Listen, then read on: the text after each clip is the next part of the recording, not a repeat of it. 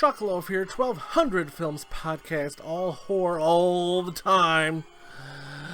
Join me as I quickly review 8 random movies that I've watched over the last few weeks or so. Now, USA Today has put out a list of the top 15 horror films so far this year. Shall we quickly cover them? I think we shall. Starting from number 15 and going to 1, we're going to go through this real quick. 15, Skinamarink? No. Brooklyn 4-5? No. The Pope's Exorcist? Honestly, haven't seen it yet. Final Cut? Have not seen it yet. Evil Dead Rise? It was fine. Will it make my top 10? Probably not. Cobweb? I will be covering that in the next episode. Then we got No One Will Save You, which we'll be talking about in moments. Husara the Bone Woman, I covered that earlier this year. That was actually pretty good. Knock at the Cabin, fine. It'll probably make my top 10, maybe. Megan, come on now. It's Chucky with a female doll. Tell me what the difference is. Then they have this movie called El Conde. I've never heard of that. I'll have to look into this one. Then another one, It Lives Inside. Haven't seen it. When Evil Lurks. Haven't seen it. Heard a lot about it. I know it's a foreign film. The Angry Black Girl and Her Monster. We'll be talking about that also momentarily. And then, of course, the number 1, Talk to Me. Everyone seems to be on that board. That seems to be the consensus number 1 so far this year. I have not seen it. Looking forward to it. Hear nothing but good things, but time will tell. We'll see. All right. Now with my 8 films that I've watched in the last couple of weeks. Of course, the rating scale on the bottom, dumpster fire garbage. Then can't quite recommend, okay if desperate, put it on the watch list. Put it on top of the watch list. We got 5 levels. Ready, set, go. Number 1. 2023, She Came from the Woods. This got a 4.5 on IMDb. This is a comedy horror. I will admit, first half, pretty good, but it runs out of steam. It runs out of steam and it barely holds on. It's one of those, you just want to finish, if you get finished, it's not great. It's a campers in the woods, or camp counselors with kids, little kids, and they summon up a thing, and stuff happens. But it's in a comedic, in a funny way. Well, it tries to be funny. I will say it's okay if desperate. Next, 2011. I believe this is the only film that's not from this year. It is Dead Stop. This got a 3.8 on IMDb. Why I watched it, I don't know. Killing time. The old trope where the car breaks down in the middle of nowhere and there's several people in the car and there's something out there. Boy, that trope is getting old. Whoa. It seems like at least 1 out of every 8 films I do on each episode starts that way. It just...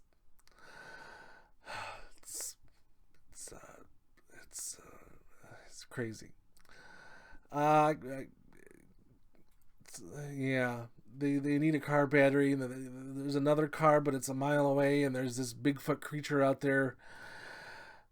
Can't quite recommend this one. 2023, No One Will Save You. This would have been my feature review, as it was the best of the bunch, but I can't really play any dialogue from the trailer because there's really no dialogue in this film. Very little. It's an alien invasion film. This woman living alone in this huge house has little visitors creeping around making strange noises. The first 90% of this movie was A+. The ending was the ending could have been a lot better. Even if they just cut out the last 10 minutes, it would have been better than what they did. So in that case, I can only say put it on the watch list. It is probably a top 10 film, but we'll see. 2023 VHS 85. Of course, VHS 94 that came out a couple years ago was my movie of the year, so I'm always excited when I see a new VHS movie come out. And boy, these last two have been really bad. Last one was VHS 99. It was below. VHS 85 isn't much better. It does have Freddie Rodriguez. I recognize him from 6 Feet Under. Remember that show? That show was great. And James Ranmone from the Sinister movies, the Deputy So-and-so. But VHS 85 got a 5.6 on IMDb. I'm surprised it was that high. It's an anthology movie, of course, like all the rest. The first story was really good. The rest suffered. And that earthquake one, that tested every bit of my patience. That was horrible. That was just brutal to sit through that. It was just bad. Real bad. I felt like it never ended. So this one I'll say okay if desperate. 2023, I don't know if this counts as a movie, but Werewolf by Night from Marvel. This got a 7.1. Comes in at under an hour. Kind of a homage to the old monster films from the 30s and 40s. This was done very well. This is very good. People would have lost their poop if they'd seen this in 1943. But it's 2023 and it's still very well made. Very good. Had me interested. Wish it had been longer. So with that said, I will say put it on the watch list. Very good film. 2023, The Angry Black Girl and Her Monster. As I just said, this was USA Today's number 2 horror film so far this year. And you know what? It was pretty good. There was some subplots that were not much, but the main storyline with the girl, people around her are getting shot left and right. So and one of them was her brother. So she decides to use her science skills and Frankenstein this guy. And of course, when Frankenstein resurrected the monster, he's out of control. He's not exactly who he was. But which made for an interesting film. A very good film. Again, put it on the watch list. 2023, The Tank. It's got a 4.6 on IMDb. And how many times have we heard this unsuspecting couple inherits a house from a relative they didn't know they had out in the middle of nowhere, and it's their dream come true, and then there's issues. How many times have we heard that? Good grief.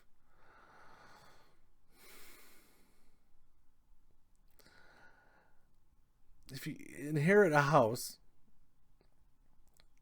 from someone you didn't know you had,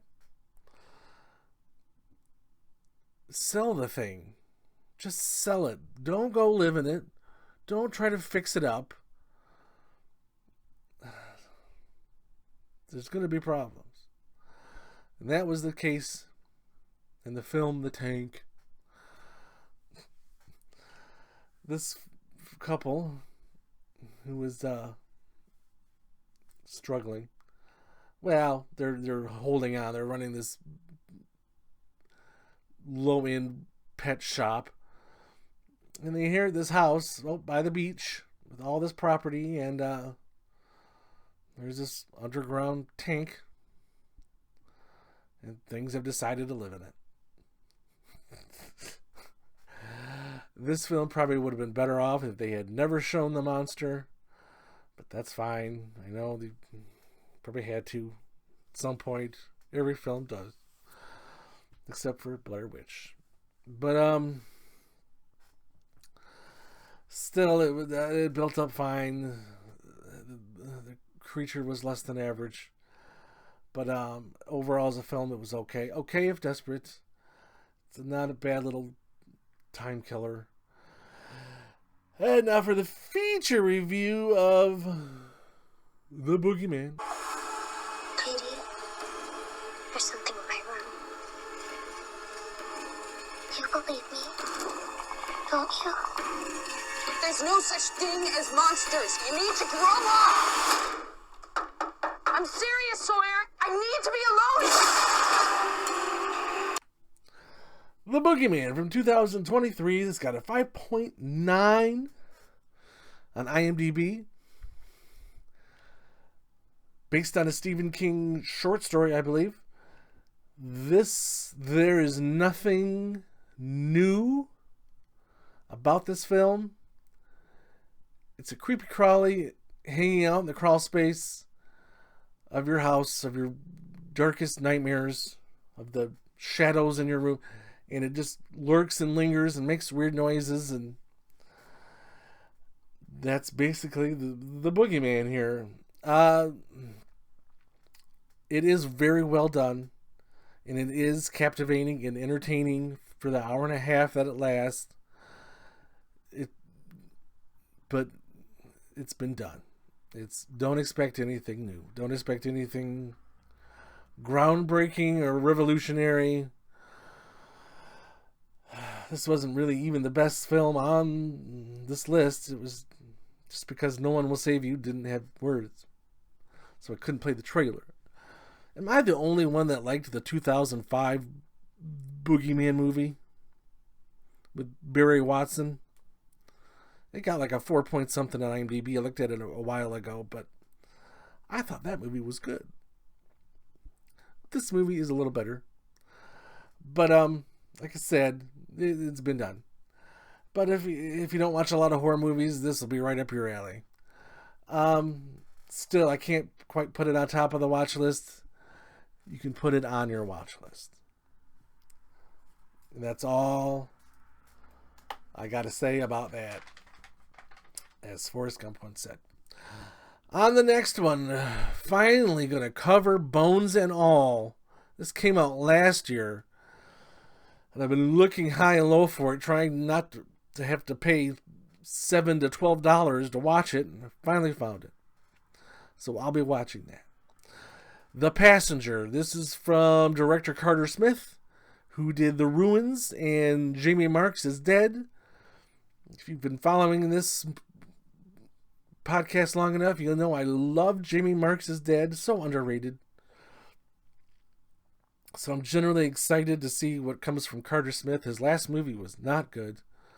I don't recall the name of it, but it was bad. But we'll see what happens in The Passenger. Then we got Cobweb. Cobweb pops up on a lot of people's lists of best horror films so far. Then we got The Slaughterhouse. You take Legally Blonde and then you throw in a killer sloth. And you get Slaughterhouse. We'll cover that. From what I could see, it reminds me of Benny Loves You. Remember that movie? The kind of the Tickle Me Elmo type thing that started killing people? That was a good film. Then we got Infinity Pool with what's her face from Pearl and X. So we'll see what she does in this. An older one called Chained. Vincent D'Onofrio apparently is a serial killer, and he didn't know he had a little boy in the back seat, so he decides to chain him up in the house and kind of raise him as his son, even though he's a serial killer. Yeah, interesting. The Lake. This is I believe a movie from Thailand. So we'll see about. It's like a creature feature. We'll see about that. Then Malum, Malum. A lot of buzz around this one. It's just like a spooky movie. So we'll talk about that one. So until the next batch, I'll see you later.